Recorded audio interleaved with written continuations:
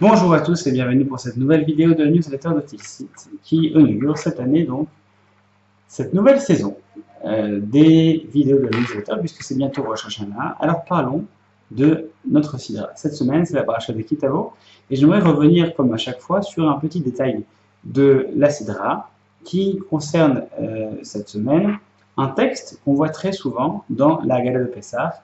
Ve'anita ve'amarta lifnei Hashem Elokecha arami oved avi.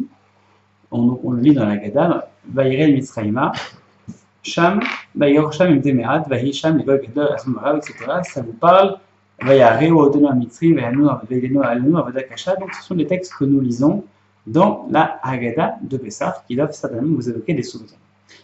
Quoi qu'il en soit, de quoi parle ce texte? Dans la Haggadah, on remarque très souvent que cette personne qui habite à Aram, on nous dit que c'était Laban, que Laban a été celui qui a détruit ou qui a appauvri Jacob. Jacob et ensuite qui nous a forcé donc à descendre plus tard, beaucoup plus tard. Donc Jacob va se constituer en tant que famille et il va descendre en Égypte, il va habiter là-bas et ensuite il était un petit nombre et il va devenir puissant et ensuite donc il va donc descendre en Égypte. Ça c'est le commentaire classique.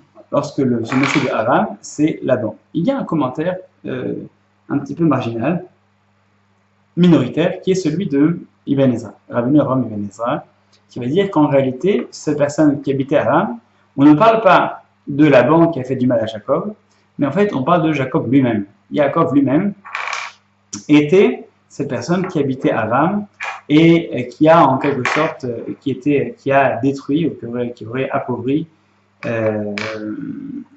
Jacob lui-même, il se serait appauvri lui-même. C'est un peu bizarre comme façon de regarder. En réalité, le Rabbeinu Avraham Ben Ezra dit que Arami Oved Avi, en fait, mon père était cette personne de Aram qui lui-même était donc pauvre, qui était pauvre dans le sens que Oved dans le sens de pauvre. Et alors, quel est l'intérêt particulier de dire cela et de s'opposer ainsi à quasiment la totalité des autres commentateurs?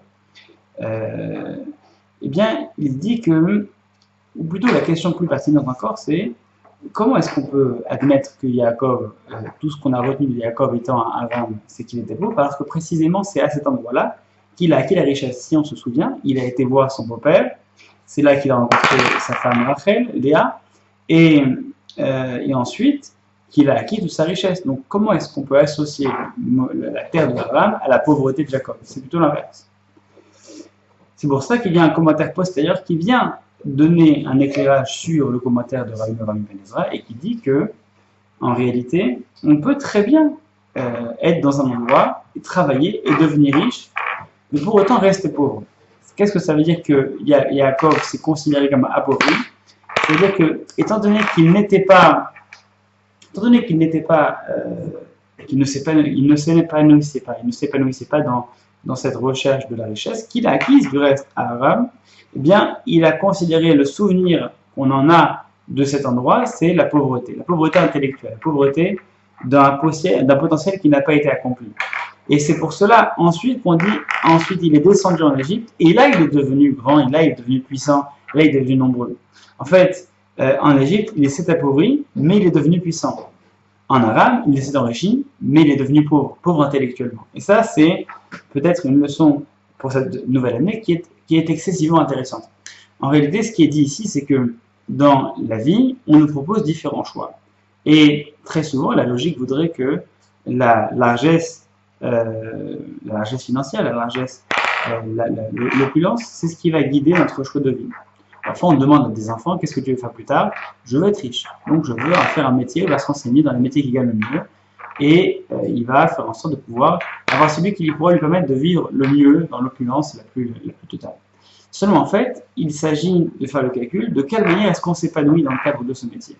Est-ce que la vie, c'est de vivre avec largesse et de vivre dans l'opulence, quitte à sacrifier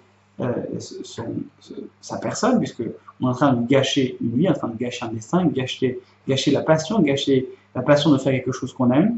Donc, cette question qui est posée, Yaakov, lui qui gagne sa richesse à ce moment-là, mais qui se perd en tant que personne, puisqu'il est en permanence sollicité par les ruses et par la décadence de Laban. De cette manière, eh bien, celui-ci va donc constituer son patrimoine tout en perdant une partie de son âme. C'est pour ça que, quelque part, finalement, en partant de chez son beau-père et en choisissant de quitter la richesse, de quitter une opportunité de devenir plus riche, il choisit d'embrasser son destin et de descendre en Égypte.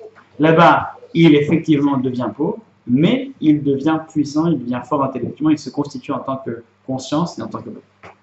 En tant que peuple, c'est donc cela que la paracha de Kitavo vient de nous apprendre, puisqu'elle nous permet de pouvoir nous rappeler ce qui est important dans la vie, au-delà de l'aspect financier, l'aspect de la construction de soi, l'aspect d'une pierre qu'on peut apporter à un édifice, d'une passion qu'on peut développer, d'une vie qu'on doit vivre dans un cadre moral et dans une manière d'apporter à la société quelque chose. Alors, bonne rentrée à tous, et puis à la semaine prochaine pour une nouvelle vidéo. Shabbat Shalom.